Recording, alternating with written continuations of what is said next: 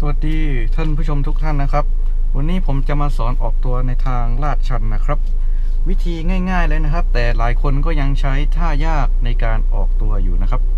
ยากยังไงนะครับแป๊บหนึ่งเดี๋ยวถ่ายวิดีโอให้ดูนี่ท่ายากนะครับยากยังไงนะครับสมมติข้างหน้าผมเนี่ยเป็นทางลาดชันแล้วผมก็เหยียบเบรกไว้อย่างนี้พอจะออกตัวผมก็ใส่เกียร์และวิธียากของเขาก็คือเขาไขว้ขานะครับไขว้ขาในที่นี้ก็คือนี่ครับเร่งไปด้วยเบรกไปด้วยแล้วก็เลี้ยงคลัตช์ไปด้วยทั้งสามอย่างเลยนะครับผมทำได้ไหมผมทำไม่ได้ครับรถดับแล้วครับรถดับแล้วนี่ครับมันเป็นวิธีที่ยุ่งยากมากๆซึ่งคุณลืมอะไรไปหรือเปล่านะครับลองหันมาดูข้างๆนะครับดึงมันขึ้นมานะครับแค่นี้เองนะครับแล้วก็สตาร์ทรถใหม่นะครับจากนั้นเราก็จะเลี้ยงคลัตช์ด้วยโดยที่เราไม่ต้องไปเหยียบเบรกนะครับนี่ไปนะครับเห็นไหมง่ายกว่าเยอะนะครับทำไมเราต้องไปสอนไอ้วิธีไขว้ขาให้กับคนด้วยครับมันยากนะเนี่ยผมว่ามันไม่ผิดหรอกนะเพราะว่า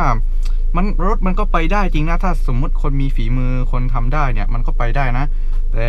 มันยากอะผมว่าทำไมเราต้องไปไขว้ขาให้มันแบบยุ่งยากเป็นศิลปะอะไรก็ไม่รู้เนี่ยแล้วมีผลเสียไหมนะครับสำหรับแบบนี้นะครับก็มีนะก็คือการสึกหรอของผ้าคลัตช์เนี่ยก็จะ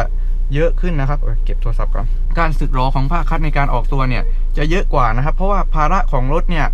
เราเบรกอยู่นะครับแล้วเราก็เลี้ยงคลัตช์ไปด้วยนะครับแต่ในทางกลับกันถ้าเราใช้เบรกมือเนี่ยให้ภาระของรถไปอยู่ที่เบรกมือนะครับแล้วเราก็เลียคลัตช์แล้วก็ปล่อยเบรกมือแบบนี้ไปด้วยเนี่ย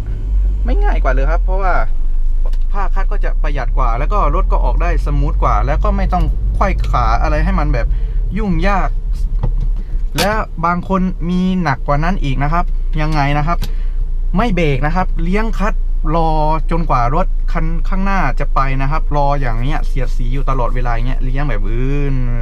เลี้ยงไปเรื่อยๆนะครับมีผลเสียไหมครับมีนะครับเพราะว่าผ้าคลัตช์ไหม้นะครับกลิ่นไหม้แล้วก็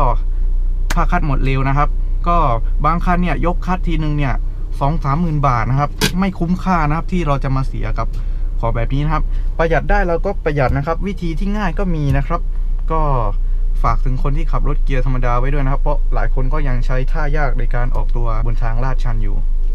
ไปละถ้าใครอยากจะสนับสนุนค่าน้ำมันของผมนะครับก็แค่กดไลค์กด Subscribe ช่องของผมนะครับแค่นี้เองนะครับบ๊ายบา